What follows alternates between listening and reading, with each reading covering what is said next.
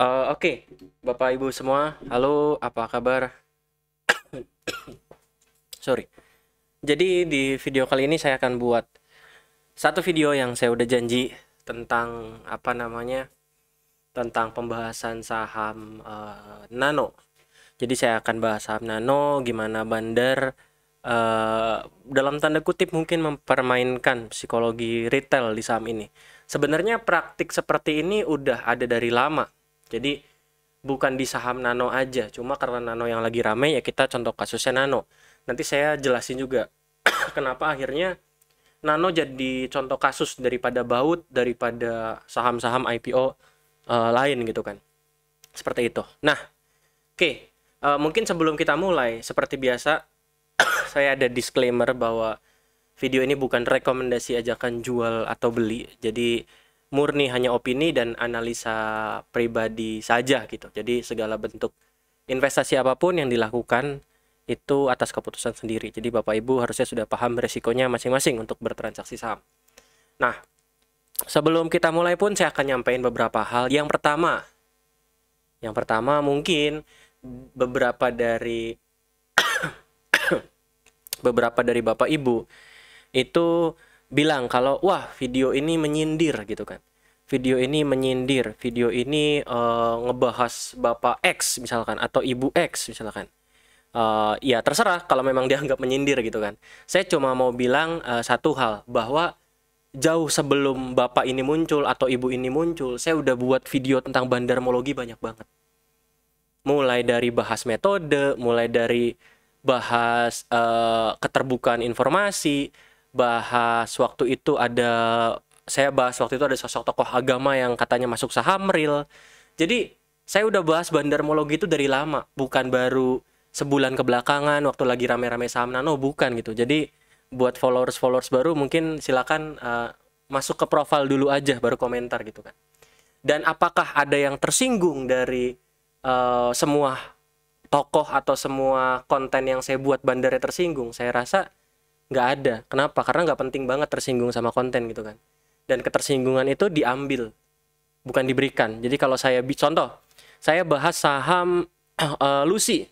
Waktu itu saya bahas saham Lucy, apakah sahamnya direpo atau tidak? Apakah pemilik Lucy tersinggung? Apakah pemegang saham Lucy tersinggung? Bisa tersinggung, bisa iya. Tapi mereka memilih tidak, gitu kan. Ya kan, mereka memilih tidak. Ada saya bahas NICL. Atau saya bahas saham Bino, saya bahas saham apapun. Apakah ada yang tersinggung? Ya mau bahasannya apapun, kalau kita memilih untuk tersinggung ya akan tersinggung gitu. Seperti itu. Jadi di sini saya akan fokus bahas metode. Ingat tuh, metode bandar. Metode bandar. Metode bandar. Terus ada yang bilang lagi, Pak Frans tebar fear katanya. Tebar fear. Tebar fear gimana? Sahamnya aja udah kayak gini, udah nakutin. Dari ARA bisa ARB, bisa sebaliknya gitu. Jadi marketnya sesungguhnya udah takut. Ya kan? Marketnya sesungguhnya udah takut. Sahamnya sesungguhnya sudah menimbulkan ketakutan di investor retail. Jadi saya hanya muncul di tengah-tengah ketakutan itu gitu.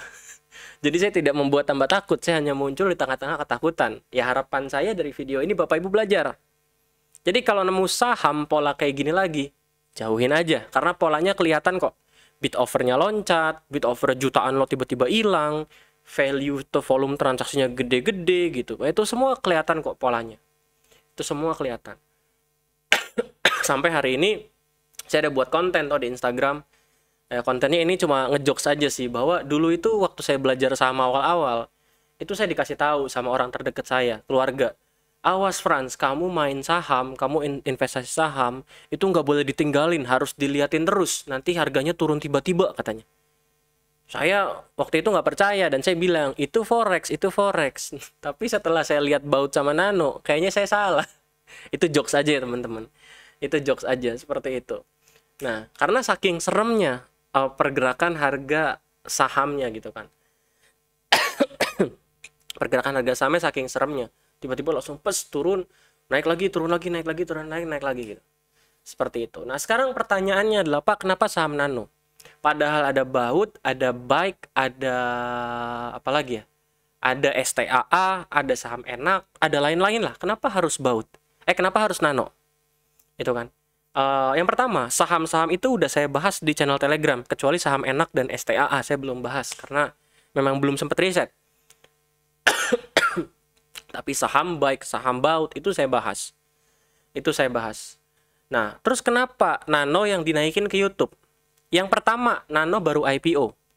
Ya, saya memang sering bahas saham baru IPO gitu kan. Bukan baru beberapa bulan ini aja, udah sering saya bahas saham baru IPO. Selanjutnya, yang saya lihat, ini itu saham Nano, ini kan papan akselerasi ya. Tapi rame rasa pasar pengembangan. Rame saham-saham pengembangan, rame banget retailnya.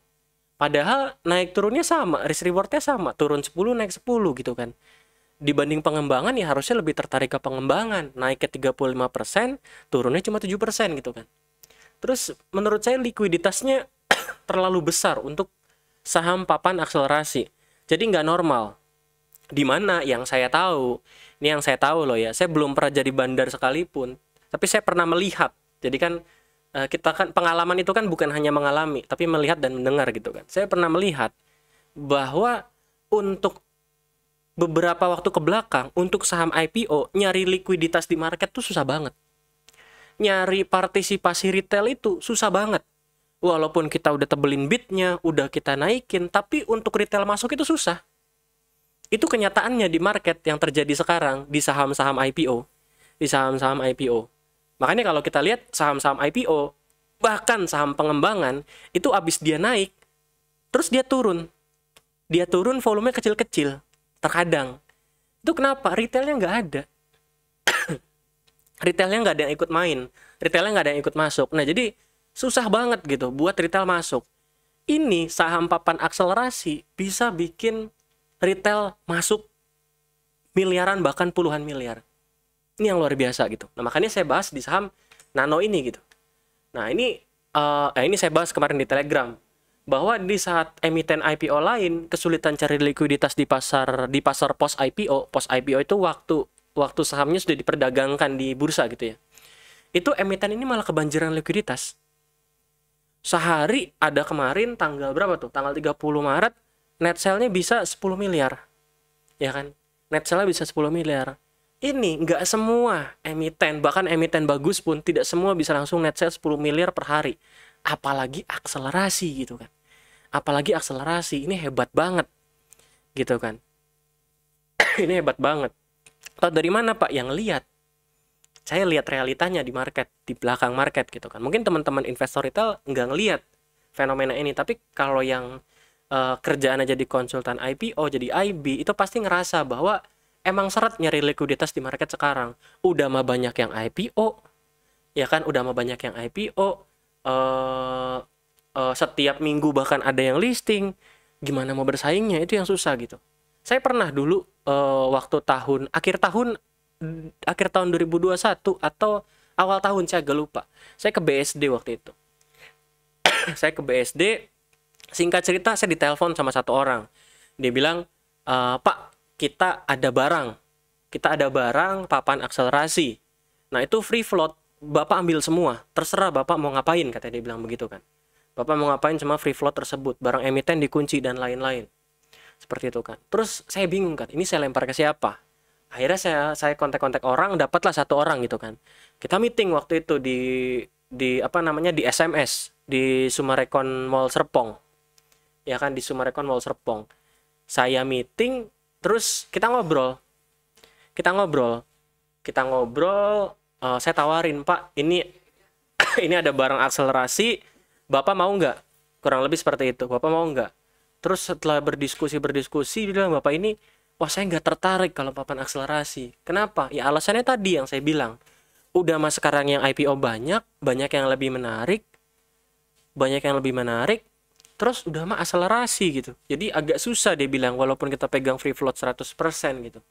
Karena oke, ngeluarin barang 10%, 20% gampang, tapi kalau udah 50% barang, 40% barang, itu nyari likuiditasnya lagi susah. Karena barangnya kan setengah udah ada di market, dia bilang seperti itu. Jadi ya singkat cerita itulah yang terjadi, dan realitanya sampai sekarang memang seperti itu. Dan barang itu sampai sekarang belum IPO karena nggak ada yang mau makan gitu. Nggak ada yang mau makan. Nah, di kanan ini adalah value transaksi dari saham Nano per hariannya. Ntar aku ganti pointer dulu. Nah ini, value transaksi saham Nano harian. Jadi dari awal sampai akhir itu transaksinya, oh buset, ngalahin saham-saham second liner. Ali kalah, Waskita kalah, semua kalah sama saham Nano.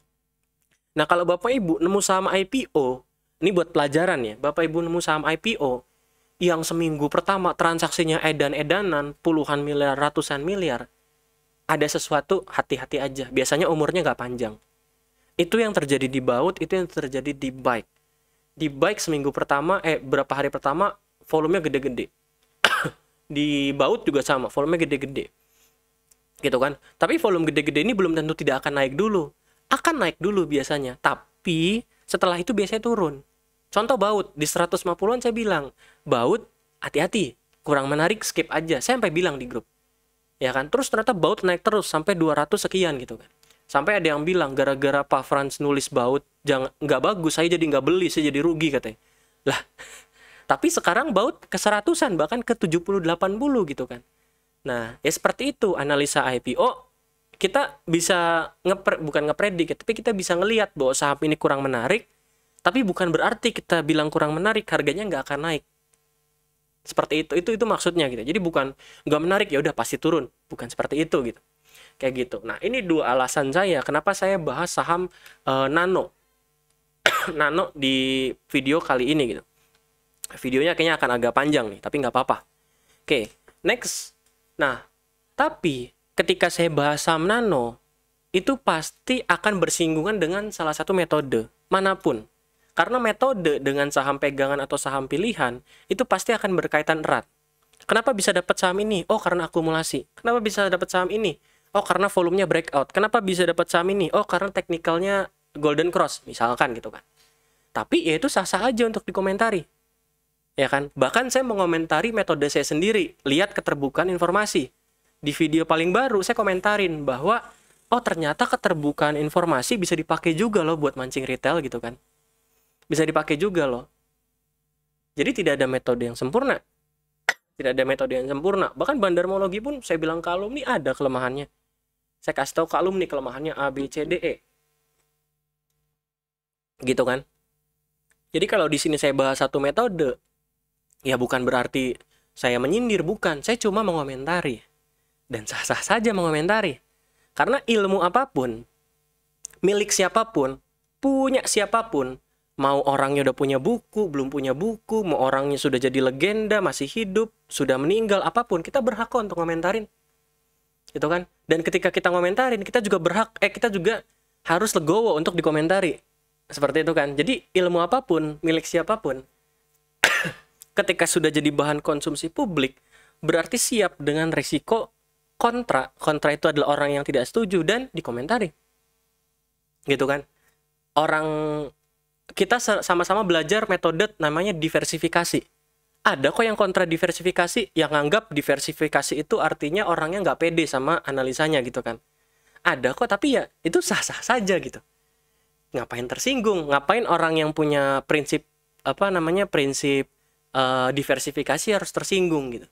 Ya udah santai aja. Toh dengan diversifikasi saya untung, ya udah jalan aja gitu. Sama. Kalau ada yang komentarin bandarmologi teknikal mau dikomentarin apapun, kalau prakteknya kita bisa untung pakai itu ya udah gitu. Ngapain kita tersinggung? Ngapain kita bela-bela mati-matian gitu kan? Seperti itu.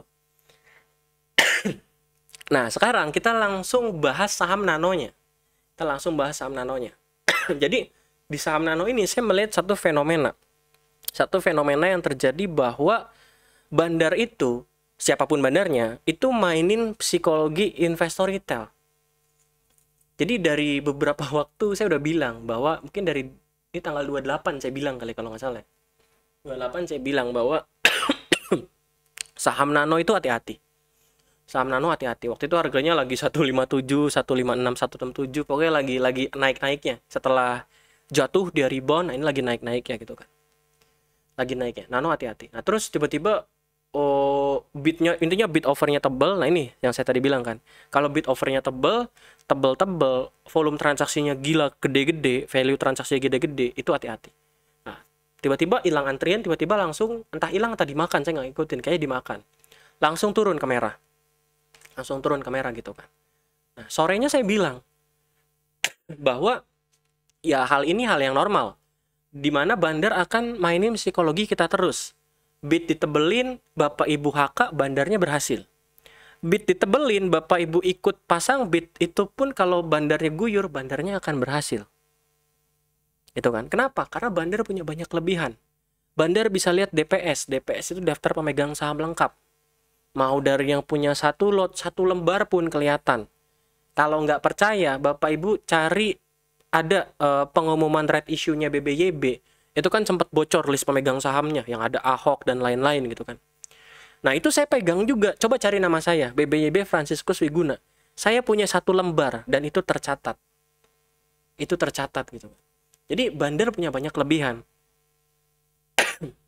Banyak kelebihan. Tapi retail punya satu kelebihan yang tidak dimiliki bandar, yaitu keluar masuk dengan seenaknya. Makanya bandar butuh likuiditas. Makanya bandar di saham IPO butuh namanya likuiditas. Untuk apa? Untuk jualan. Kalau nggak ada likuiditas, mereka jualan ke siapa gitu kan? Itu bandar jualan ke siapa gitu. Dan satu lagi, mungkin ada pembelaannya gini, Pak Frans, tapi kan itu mereka masang bid, mereka masang sendiri, ya kan? Mereka masang offer, mereka makan offernya langsung jutaan lot, 500.000 lot gitu kan, ya kan? Nah, pertanyaannya adalah Bapak Ibu tahu nggak? Itu kan, itu yang saya bilang itu gunanya RDN banyak untuk bandar, itu saya bahas tuh. Jadi ya itu RDN lain bandar gitu. Itu akun lainnya bandar. Rugi dong bandar makan atau bandar nadahin di bid. Ya enggak, kan cuma masuk kantong kanan, kantong kiri. Iya kan? Masuk kantong kanan, keluar kantong kiri. Ibaratnya Bapak Ibu punya rumah, Bapak Ibu jual ke Bapak Ibu sendiri misalkan. Ya nggak ada perpindahan apa-apa. Ya kan nggak ada perpindahan apa-apa. Tapi ya tentu saja kalau di market pakai RDN lain, pakai nama lain gitu kan. Pakai nama lain atau nominal lain. Karena pakai nama sama ya jatuhnya akan wash sales gitu kan. Nah, terus nggak rugi ya? Kan ada fee transaksi gitu kan. Ya enggak. Fee transaksi kan ada namanya rebate. Bahkan ada sekuritas, beberapa sekuritas yang saya dengar, bahkan sekuritas cuma cuma ngasih fee kecil banget ke bandar. Tujuan apa? Tujuannya omset, supaya sekuritasnya omsetnya gede gitu. Itu mah ada aja gitu. Dan kita bisa minta rebate, bandar bisa minta rebate. Oh, gua transaksi sehari 50 miliar. Di rebate dong 50%. Kalau nggak mau gua pindah sekuritas. Mau nggak mau sekuritas yang ngasih. Daripada kehilangan omset besar, daripada kehilangan value transaksi besar, lebih baik saya ngalah, bagi dua hasilnya, sama-sama untung gitu kan. Seperti itu. Seperti itu. Itu praktiknya. Jadi mau bid ditebelin, Bapak Ibu HK, saya udah sering ngajarin ini, bukan di saham nano doang. Kalau bid ditebelin rapi, jangan main HK. Kalau bid ditebelin, Anda ikut pasang bid pun ya akan diguyur, bandarnya berhasil gitu kan.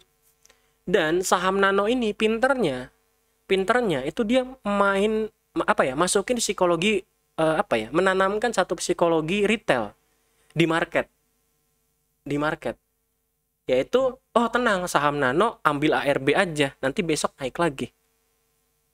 Ambil ARB aja, nanti tiba-tiba loncat lagi, naik lagi gitu. Jadi akan ada di mindsetnya investor retail itu, iya ya jangan CL naik lagi, iya ya jangan CL naik lagi, iya ya jangan CL naik lagi. Iya ya, teori seperti praktik. Jadi secara tidak langsung market atau yang terjadi di saham itu akan mensupport teori atau praktik tertentu. Teori atau praktik tertentu. Sampai pada akhirnya, pada satu kondisi, saham tersebut akan turun dan tidak akan naik lagi. Nah, hal ini berlaku untuk saham lapis 2 dan lapis 3. Contohnya lainnya di saham kota.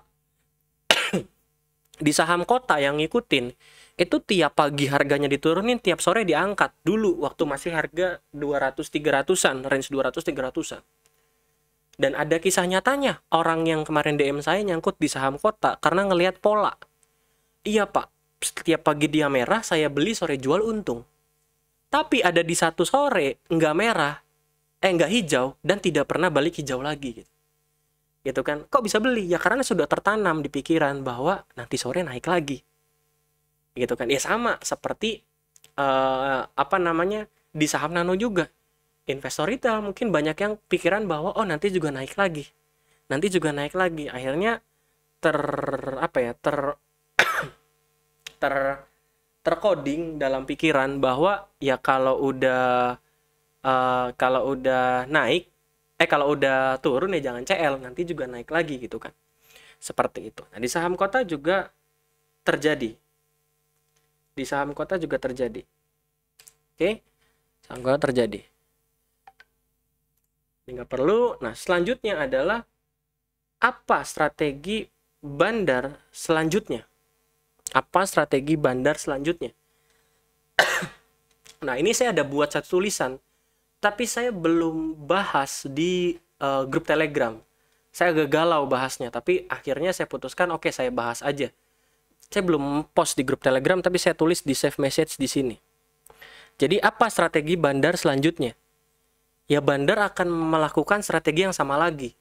Sama saat harga nano turun dari 180 ke 135. Apa itu? Bandar akan makan barang bawah lagi. Investor retail dengan RDN 1 dengan average 170 sampai 180 akan beli lagi pakai RDN 2 atau RDN lain karena RDN 1-nya nyangkut di harga atas. Retail akan beli lagi dengan harapan menang dari RDN 2. Mungkin sebagian ada yang menang, kecil. 1%, 2%, 3%, 4%. Tapi tidak akan menutupi kerugian RDN 1. Kecuali porsinya di double atau di triple atau di 4 kali 5 kali mungkin bisa nutupin gitu. Tapi sebanyak apa modalnya gitu kan. Nanti kita bahas di contoh kasus di belakang. Maka dari itu ada yang bertaruh untuk hold. Karena bandar pintar berhitung. Yes, bandar punya semua data. Bandar tahu kita punya berapa, bandar tahu kita ada di average berapa. Mau opsi manapun yang Anda pilih, Anda akan tetap rugi. Nah, kecuali ini kan, kecuali Anda berani gulung di harga bawah dengan porsi yang besar.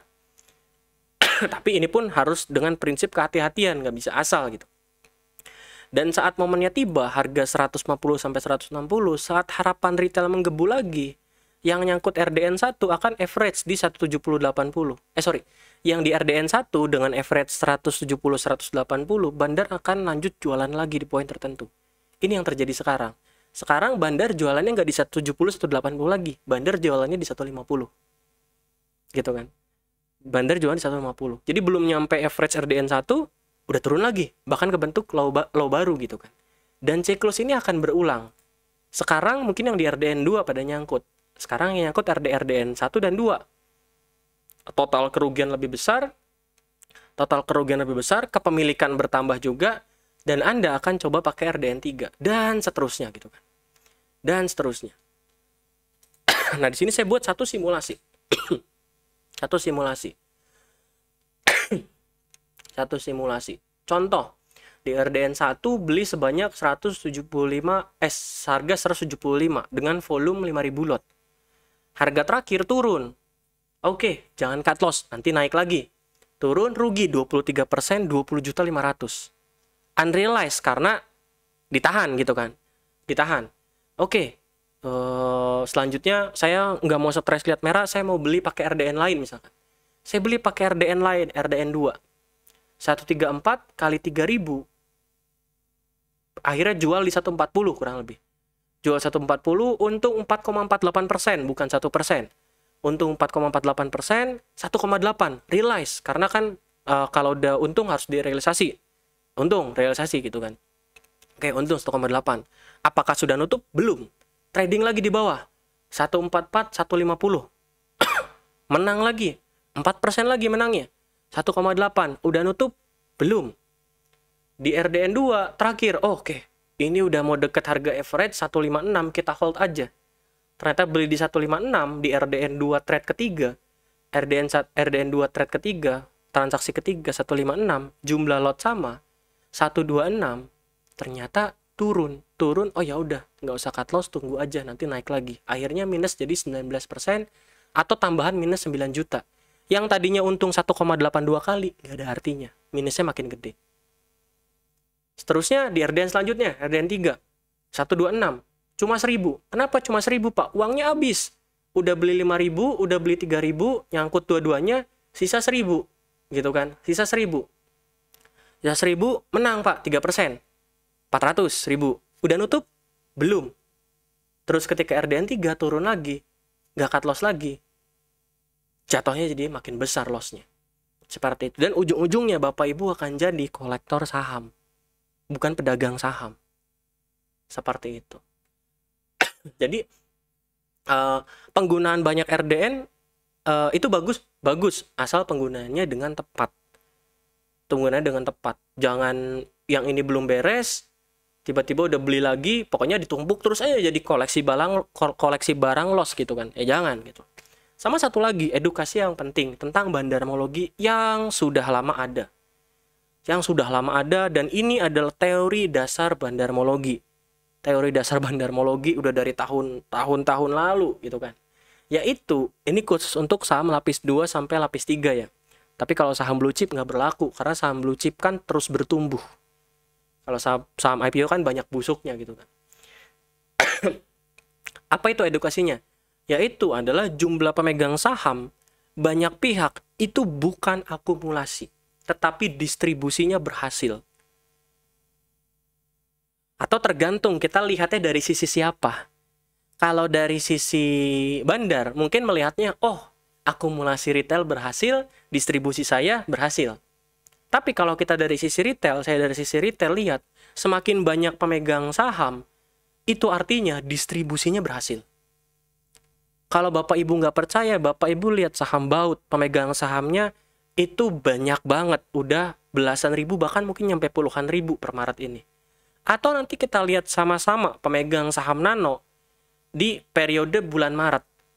Saya berani jamin akan lebih banyak, mungkin akan nyampe puluhan ribu.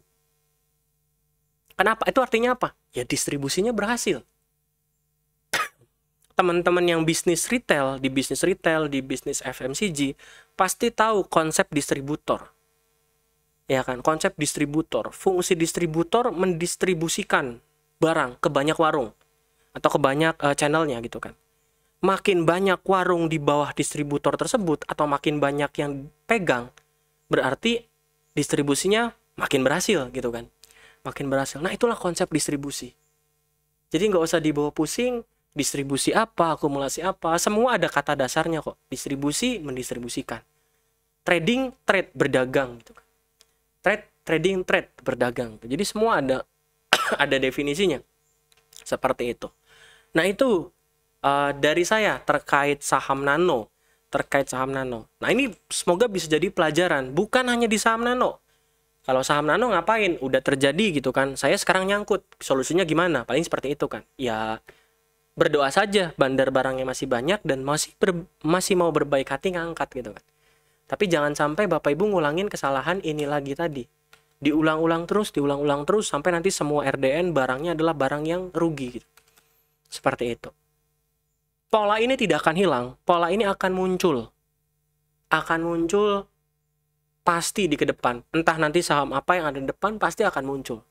Dan saat pola itu muncul, saya pastikan saya akan ada untuk terus mengingatkan. Seperti itu. Oke? Mungkin dari saya cukup. Itu pembahasan saya tentang saham nano dan gimana bandar nano mempermainkan psikologi investor retail di